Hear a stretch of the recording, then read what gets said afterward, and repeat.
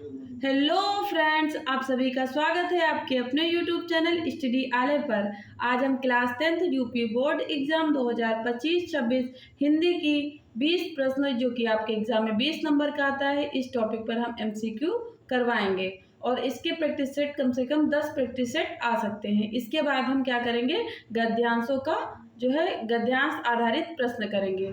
ठीक है, तो चलिए देखते हैं आज प्रैक्टिस सेट नंबर 6 यानी कि 4 प्रैक्टिस सेट अभी और आएंगी। तो देखते हैं आज के वीडियो का पहला प्रश्न कि रीतिबद्ध काव्यधारा के कवि हैं। ऑप्शन का बिहारी लाल, ऑप्शन का बोधा, ऑप्शन का भिखारी दास, ऑप्शन का घनानंद। तो राइट आंसर क्या हो जाएगा? राइट आंसर क्या हो जाएगा? राइट आंसर क्या हो जाएगा इस प्रश्न का? राइट आंसर हो जाएगा भिखारी दास। क्या हो जाएगा? भिखारी दास। ये रीतिबद्ध काव्यधारा के कवि थे। देखेंगे प्रश्न नंबर 2। प्रश्न नंबर 2 भी है कि काव्य की प्रवृत्ति एवं रचना शैली के आधार पर रीतिकाल की कितनी धाराएं स्वीकार की गई हैं? ऑप्शन का 1, ऑप्शन का 5, ऑप्शन का 3, ऑप्शन का 6। तो राइट आंसर क्या हो जाएगा? 3। राइट आंसर क्या हो जाएगा? 3 हो जाएगा। देखेंगे प्रश्न नंबर 3। प्रश्न नंबर 3 क्या है कि घनानंद किस काव्यधारा के कवि हैं? ऑप्शन का रीतिबद्ध, ऑप्शन का रीति सिद्ध, ऑप्शन का रीति मुक्त, ऑप्शन का आधुनिक काल। तो राइट आंसर क्या हो जाएगा? राइट आंसर हो जाएगा रीति मुक्त। राइट आंसर क्या है? गा हो जाएगा रीति मुक्त। देखेंगे प्रश्न नंबर 4 कि पद्माभरण के रचयिता हैं। पद्माभरण के रचयिता कौन है? का सेनापति, खा केशव, ग पद्माकर, खा भूषण। तो राइट आंसर क्या हो जाएगा? चौथे का राइट आंसर हो जाएगा पद्माकर। क्या हो जाएगा? पद्माकर हो जाएगा। देखेंगे प्रश्न नंबर 5। प्रश्न नंबर 5 क्या है कि आधुनिक काल की समय अवधि है। ऑप्शन का 1850 से 1900 तक, ऑप्शन का 19 ईस्वी से 1920 तक, ऑप्शन का 1919 ईस्वी से 1938 तक, ऑप्शन का 1843 ईस्वी से वर्तमान तक। तो पांचवे का राइट आंसर क्या हो जाएगा? घ हो जाएगा। पांचवे का राइट आंसर ग हो जाएगा।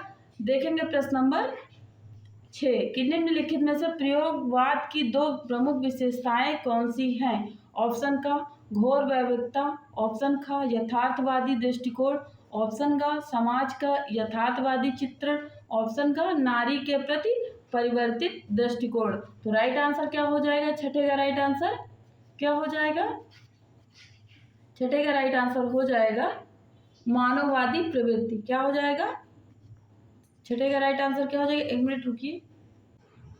ये जो है बहुविकल्पीय प्रश्न है, लेकिन यहाँ 2 प्रमुख विशेषताएं पूछ ली गई है, तो यहाँ इसका जो है 2 राइट आंसर हो जाएगा, यानी का और खा दोनों ही सही है। ये दोनों ही इसकी क्या है? प्रयोगवाद की प्रमुख विशेषताएं हो जाएंगी।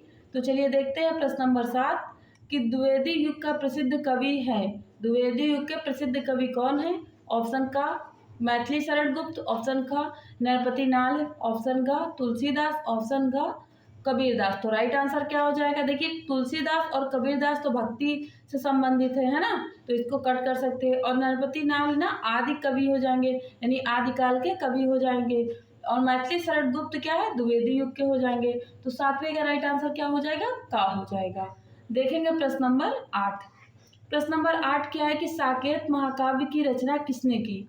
ऑप्शन का मैथिली शरण गुप्त, ऑप्शन का जयशंकर प्रसाद, ऑप्शन का हरिओद, ऑप्शन का नागार्जुन। तो राइट आंसर क्या हो जाएगा? राइट आंसर हो जाएगा का। मैथिली शरण गुप्त ने किसकी रचना की है? तो साकेत महाकाव्य की रचना की है।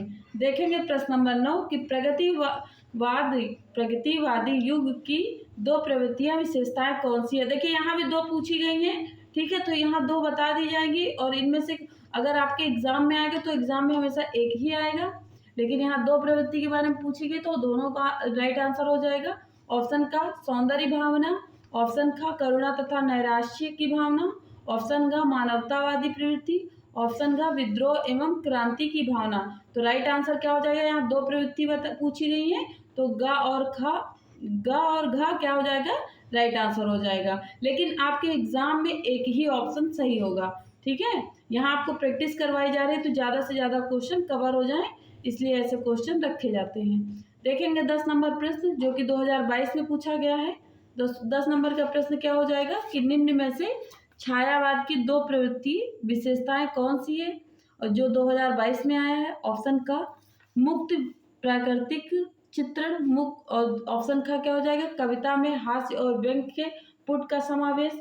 ऑप्शन का श्रृंगार और प्रेम वेदना। ऑप्शन का प्रकृति का मानवीकरण। तो राइट आंसर क्या हो जाएगा। अगर आपको राइट आंसर पता है तो कमेंट में मेरे आंसर देने से पहले ही आंसर करें।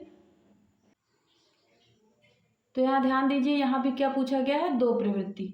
तो यानी कि दो प्रवृत्ति में कौन सा राइट आंसर हो जाएगा, घ और घा, यही दोनों राइट आंसर हो जाएंगे। देखेंगे प्रश्न नंबर 11 कि प्रगतिवादी युग के कालावधि है। ऑप्शन का 1936 से 1943 ईस्वी तक। ऑप्शन का 1850 से 1900 ईस्वी तक। ऑप्शन का 1943 से 1953 ईस्वी तक। और ऑप्शन का क्या 1953 ईस्वी से 1960 ईस्वी तक। तो 11वें का राइट आंसर क्या हो जाएगा, का हो जाएगा। राइट आंसर का हो जाएगा। देखेंगे 12 नंबर प्रश्न कि प्रयोगवादी युग की कालावधि क्या है। प्रयोगवादी युग की कालावधि क्या हो जाएगी। तो ऑप्शन का 1960 से 1971 तक। ऑप्शन का 1943 से 1953 तक। ऑप्शन का 1971 ईस्वी से अब तक। 19 ऑप्शन घ क्या हो जाएगा 1900 ईस्वी से 1918 ईस्वी तक। तो 12वें का राइट आंसर क्या हो जाएगा, ख हो जाएगा। ऑप्शन ख राइट आंसर हो जाएगा। देखेंगे प्रश्न नंबर 13 कि निम्न में से छायावाद युग के का कवि है। ऑप्शन का सुमित्रा नंदन पंत। ऑप्शन का नरेंद्र शर्मा। ऑप्शन का दादू दयाल। ऑप्शन का कृतबंध। तो राइट आंसर क्या हो जाएगा, राइट आंसर क्या हो जाएगा सुमित्रा नंदन पंत का राइट आंसर हो जाएगा। देखेंगे प्रश्न नंबर 14 कि यामा के रचयिता का नाम लिखिए। ऑप्शन का सुभद्रा कुमारी चौहान। ऑप्शन का महादेवी वर्मा। ऑप्शन का मीराबाई। ऑप्शन का अशोक वाजपेयी। तो राइट आंसर क्या हो जाएगा, यामा एक प्रसिद्ध रचना है जो कि महादेवी वर्मा का है। याद कर लीजिए, यामा पूछा जाता है। देखेंगे 15 नंबर प्रश्न कि द्विवेदी युग की कालावधि। आप लोग इकट्ठा बैठिए और सारे कालावधि याद कर लीजिए क्योंकि ये एग्जाम में पूछा जाता है। ऑप्शन का 1850 ईस्वी से 19 ईस्वी तक। ऑप्शन का 1900 से 1918 ईस्वी तक। ऑप्शन का 1971 ईस्वी से आज तक। ऑप्शन का 1918 ईस्वी से 1936 ईस्वी तक। तो राइट आंसर क्या हो जाएगा, ऑप्शन खा राइट आंसर हो जाएगा। देखेंगे प्रश्न नंबर 16 कि आंगन के पार द्वार के रचयिता हैं। ऑप्शन का धर्मवीर भारती। ऑप्शन का अज्ञेय जी। इनका नाम पूरा क्या है आप लोग कमेंट करके बताइएगा। ये शॉर्ट नाम लिखा है लेकिन आप लोग कमेंट में अज्ञेय जी का पूरा नाम बताइए। ऑप्शन घ गजानन माधव मुक्तिबोध। ऑप्शन घ राम नरेश त्रिपाठी। तो 16 का राइट आंसर क्या हो जाएगा, अज्ञेय। राइट आंसर ख हो जाएगा। देखेंगे प्रश्न नंबर 17 कि तीसरा सप्तक कब प्रकाशित हुआ। देखिए सप्तक आपको सारे याद करना है। तो तीसरा सप्तक कब प्रकाशित हुआ। ऑप्शन का 1951 ईस्वी में। ऑप्शन का 1962 ईस्वी में। ऑप्शन का 1943 में। ऑप्शन का 1979 में। तो राइट आंसर क्या हो जाएगा, 17 का राइट आंसर हो जाएगा 1962 में। खा राइट आंसर हो जाएगा। देखेंगे प्रश्न नंबर 18 कि महादेवी वर्मा काव्यत्री हैं। ऑप्शन का प्रगतिवाद युग की। ऑप्शन का द्विवेदी युग की। ऑप्शन का छायावाद युग की। ऑप्शन का प्रयोगवाद युग की। तो राइट आंसर क्या हो जाएगा, छायावाद युग की। महादेवी वर्मा छायावाद युग की काव्यत्री हैं। देखेंगे 19 नंबर प्रश्न कि महादेवी वर्मा की रचना नहीं है। आपको 4 ऑप्शन दिए गए, इनमें से आपको देखना होगा कि महादेवी वर्मा की रचना कौन सी नहीं है। तो ऑप्शन का निहार। ऑप्शन का संध्या गीत। ऑप्शन का युगांत। ऑप्शन का दीपशिखा। तो 19 का राइट आंसर क्या हो जाएगा, 19 का राइट आंसर हो जाएगा युगांत। 19 का राइट आंसर युगांत हो जाएगा, यानी युगांत महादेवी वर्मा की रचना नहीं है। तो आप लोग कमेंट करके जरूर बताइए कि युगांत किसकी रचना है। देखेंगे प्रश्न नंबर 20 कि प्रिय प्रवास किसकी रचना है। 20 नंबर प्रश्न पे आ गए हैं जो कि है कि प्रिय प्रवास किसकी रचना है। ऑप्शन का जयशंकर प्रसाद। ऑप्शन का श्रीधर पाठक। ऑप्शन का सियाराम शरण गुप्ता। ऑप्शन का अयोध्या सिंह उपाध्याय हरिओद।